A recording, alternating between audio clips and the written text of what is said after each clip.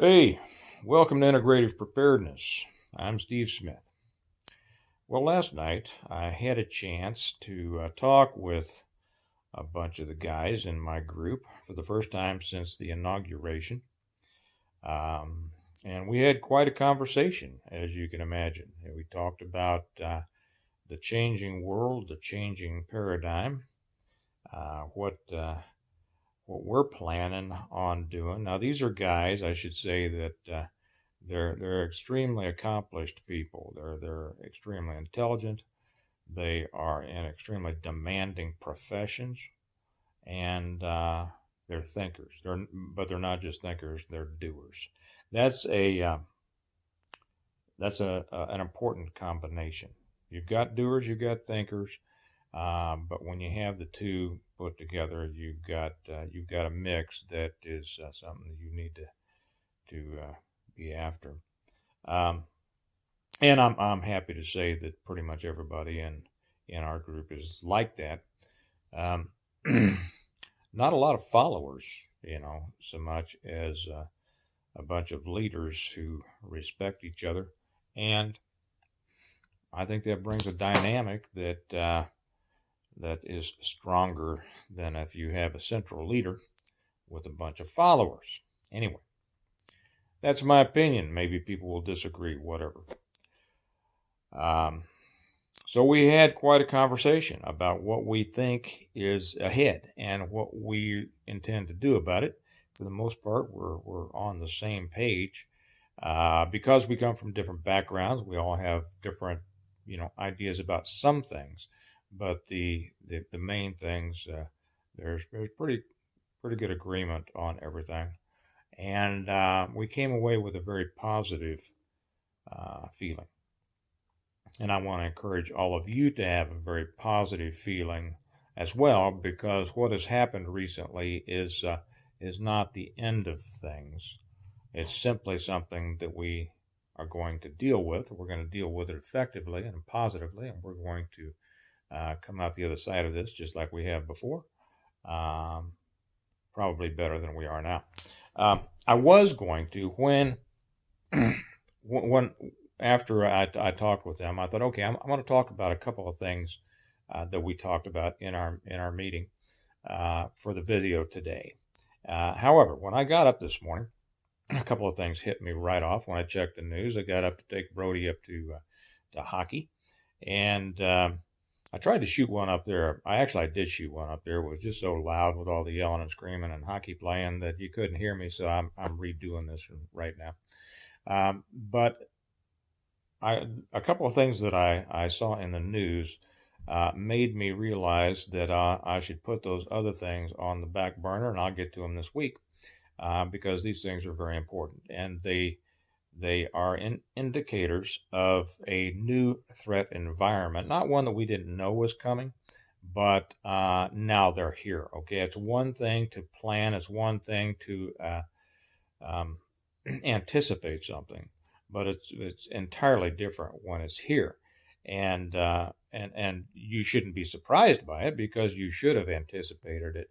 But now, there's a difference between the planning phase and not implementing the plan. And I don't mean that to be confused with the plan, trust the plan. Heck with that. A couple of things came right up. The first news item was that our new president has put a stop on the prohibition that our previous president put on the importation and implementation of parts for our power grid, our electrical grid. Okay, now think about what that means. Our previous president had said no more foreign parts in our critical infrastructure. We can all understand why that would be, right? Our new president says, no, we're going to put a 90-day hold on that. That means that for 90 days, they will be able to import parts from some of our enemies around the world and put those in our grid and other parts of our critical infrastructure. I'm sure that Most of you, if not all of you, immediately understand the problem with that. Okay. And you have to wonder why 90 days. Think about that. I could come up with all sorts of reasons. We would never know why, but just kind of set that back on the shelf and say, okay, 90 days, this is a start, right? Now, one of these companies from whom we get a lot of parts um, had nothing of their own some years ago until they stole or were able to buy technology from us due to some dirty dealings of our own politicians. If you remember Loral Aerospace, China couldn't stabilize a rocket, couldn't target a rocket until the Clinton administration tried to allow Loral to sell technology to China. I forget if it was under the Defense Department or whatever, and said no, they could put the kibosh on that. And so Clinton had it switched over to the Department of Commerce, run by Ron Brown, his crony, and if I'm remembering, it's been a while. And of course, he green lighted the sale of this technology to China. Mr. Brown ended up, unfortunately, dead, and China now was able to target and stabilize their rocket program. So we've sold some of that stuff to them. We've allowed them to steal other stuff, and they've stolen stuff that we didn't particularly allow them to. So this is a major enemy, and now we are opening up to them the ability to provide critical parts for our grid. That's number one. The second part is that our new president has empowered, has assigned, has tasked the ODNI, which is the Office of the Director of National Intelligence, to develop information and institute an investigation of what they term domestic terrorists and extremist groups. Do you all remember back during the Obama administration the growth of what was called fusion centers? These were law enforcement centers around the country. Missouri had a big one, and as far as I know, it's still operational, although they pretty much shut a lot of it down. It was organized by the federal government, by federal law enforcement, and included, they asked all of the local law enforcement, state, county, city, and of course, when federal law enforcement asks most of these locals to be involved, the locals just get all excited. We're working with the feds, we're working with federal pro. It's sad. I mean, it's disgusting. Now, a lot of county sheriffs don't go along with it, but you get into the big cities and they just love doing this kind of stuff.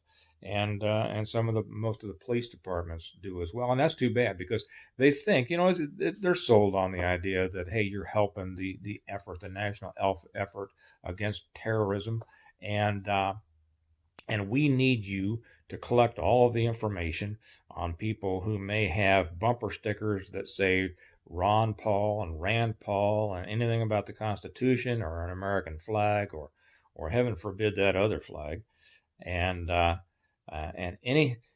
anybody that could be profiled as a potential domestic terrorist or extremist, which would include Christians, returning vets. Remember that? Remember when returning vets from the war that they had been sent over to fight were classified as a major threat to our country, to the homeland?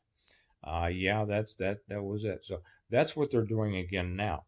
And of course, they want to build up. They're going to investigate everybody that could fall under this wide umbrella of an extremist, and that could mean, like I say, anybody that considers themselves a patriot, anybody who flies a 13-star flag, or for that matter, maybe the American flag, anybody who has a red cap, anybody who supports the Constitution or the Declaration of Independence, essentially any American who loves America.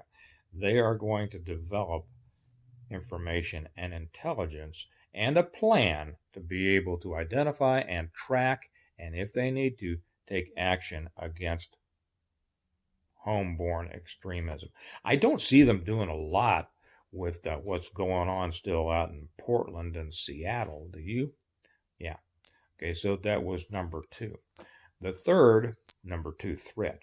The third that immediately jumps to mind, of course, is the shutdown of the pipeline. Now, that immediately laid off thousands of people, and Canada is pretty upset about it too. But it's going to just destroy thousands of families immediately for this pie in the sky idea that we can all, live on wind and solar and unicorn toots. That we're going to do away with this evil energy that we've used in the past, the energy that God gave us. I was explaining that to my son this morning, my 11-year-old, and he asked me about it. And when I explained to him why the left wants to switch over to renewable energy as opposed to so-called evil fossil fuel, and I told him the economics of it, and I told him the limitations of it, he just looked at me and said, "Well, that's stupid." Yeah, from the mouths of 11-year-olds. And he's right. So that is going to have an effect across the country. Of course, shutting down that pipeline is going to short us. We had again become a major, well, we'd always been a major producer, but we had become a self-sufficient country when it comes to energy and an exporter, which allowed us not to be the victim of the worldwide oil trade, but to actually have an effect on it. Now we're going to take major steps back on that.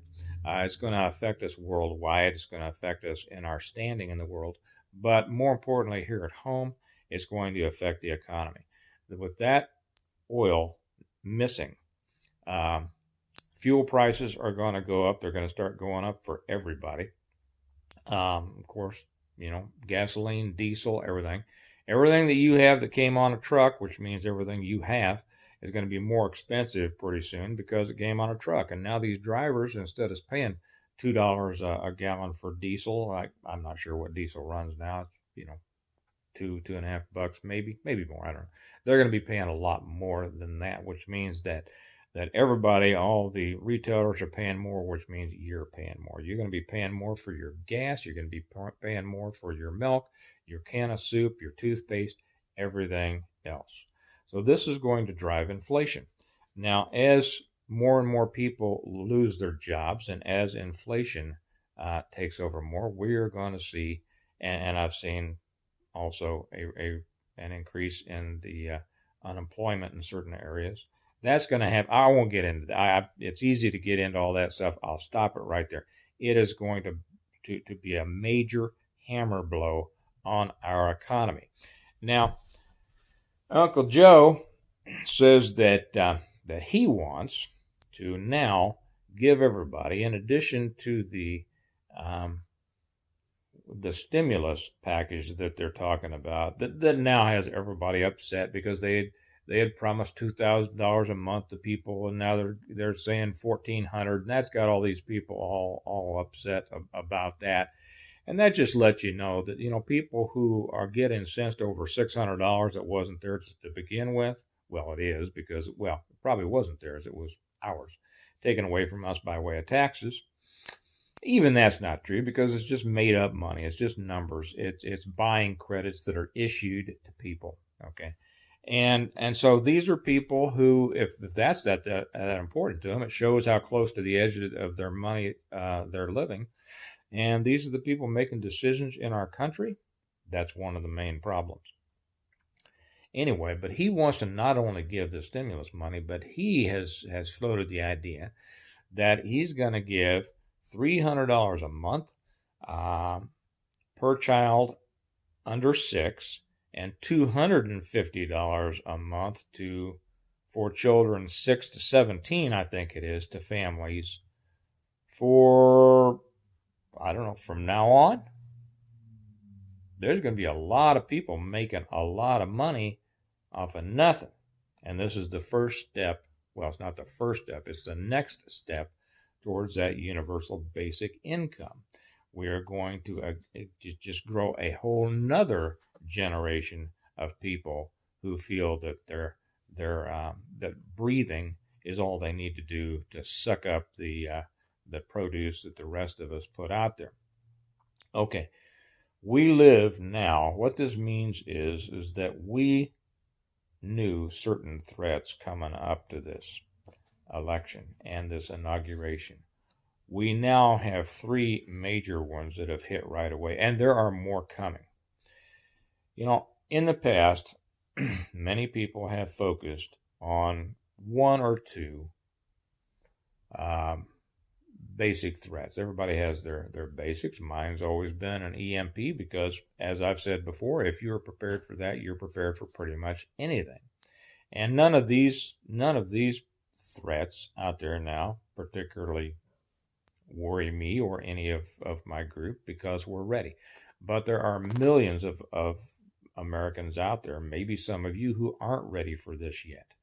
And these things are coming, and they're coming fast, it looks like.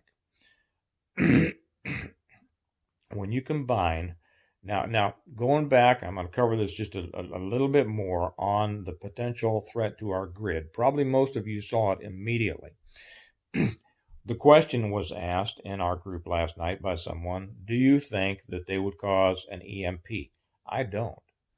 We are too big a customer. They can't afford to wipe out the golden goose that's buying all their junk, right? They're not going to do that. But if they're able to bring in, if they're able to import and have implemented in our grid system parts that they have provided, we know what they've done with our phones. We know what they did with our dog food, for crying out loud. Okay, they can put stuff, they can program things in those electrical components that they might be able to control at a later date. So just say, okay, I live in the greater Kansas City area. If they want to get somebody's attention, our attention, they might just say, you know, let's have a grid down situation in the greater Kansas City area. Now, a lot of you out there on the coast or someplace else might laugh and say, well, who would notice if they shut down Kansas City? Millions of people. But let's get away. Let's say instead Los Angeles. Okay, we'll make that because LA is the big, it's the one that everybody goes, oh, Los Angeles or New York, doesn't matter. Boston, Philly, any place. Okay. They say we want to make a point. They're trying to do something behind the scenes with our government, with Uncle Joe, who's about as hard as a cream pie, and he's not just coming along, although he probably would come along, but they're not getting it done. They want to make a point, and they decide, well, let's have a grid down situation in one of these main cities. You have any idea what would happen if there were a grid down in a major city for more than about 12 hours? The place would turn into well, I have a term that comes to mind. I don't want to use it here. The horror after a couple of days would be unbelievable. More than the immediate horror, or maybe not more, but in addition to it, the resources that would have to be sent into that area to try to provide for life-sustaining efforts would be immense. It would suck everything out of this country. LA without power for 2 weeks would bring half this country down. Some people might say, well, how could that happen? Maybe we'll talk about that in a later one, but I'll just throw that out there now. It would be able to destroy a large part of this country, a large part of our economy, and suck all of our emergency services into something like that, because we're not going to let, I don't know how many people live out in LA now, but we're not going to let 6 million of our fellow citizens die in the havoc that results from that if we can help it. And that's just what would happen. So what we need to be thinking about today is, and it goes back, if basic preparedness is always the starting point. Okay, if you don't have basic preparedness figured out yet for long term, and I don't mean 30 days, I mean long term. Long term, to me, meaning 2 years, with the ability to start providing everything for yourself by the time all that runs out, meaning food, water, protection, everything. Um, but it could be a shorter period of time. That could be longer. There's no way to know. But basic preparedness is the starting point. It can't be the ending point. So if you don't yet have your basic preparedness situation figured out, get that figured out now. There are plenty. I've got a bunch of videos back there that you can watch. Other people have a bunch of videos that you can watch. Do that. And then if you've got your basics down, start piling layers on top of that. Be prepared, prepared, prepared, prepared. Prepared so that you can sustain you and your immediate group for longer periods of time, and then also so that you can provide for and sustain a larger group of people who may come to you in bad times. People who come to you in bad times are great resources if you can provide for them, because they will provide services that you need. If you haven't read my series yet, my Stonemont series, beginning with the first book, The Reversion, I suggest that you do. The links are always put down here. You can go to my Amazon page and find them. But it is exactly about long-term sustainability, beginning with basic preparedness. We're entering a unique time. Now, I'm going to say that it's probably not the worst time that we've ever been through. And that was a discussion I had with the group last night, and I'm going to cover that again now. But it could easily become the worst time that we've ever been through. And by the time we know that it is, it'll be too late to say, oops, I better step my program up a little bit. So realize, take a good hard look at what's going on. Follow the news. I've said this before. Follow the news. Follow the national news and follow your local news, because what happens nationally is going to drive things that happen locally. You want to be ready. Get out there now. Start topping off everything. Start piling new layers on everything. And now start to focus, because now is the time to focus. A fearful mind is an unfocused mind, and that doesn't get you anywhere. So tighten everything up, get ready, pay attention, and be ready to respond as things change, because they will. They will change. You every day, every week, we're going to get up, and there's going to be something new that we need to fold into our plan and be aware of. So with that, I'm going to take off and do some things today, but our world is becoming an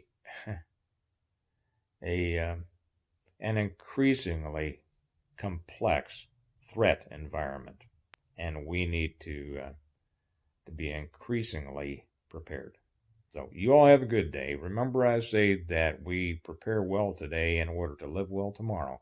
It's more difficult to live well in bad times, and so that means it can be more difficult to prepare well, but that's what we need to do. You all have a good day. I'll talk to you later. Bye-bye.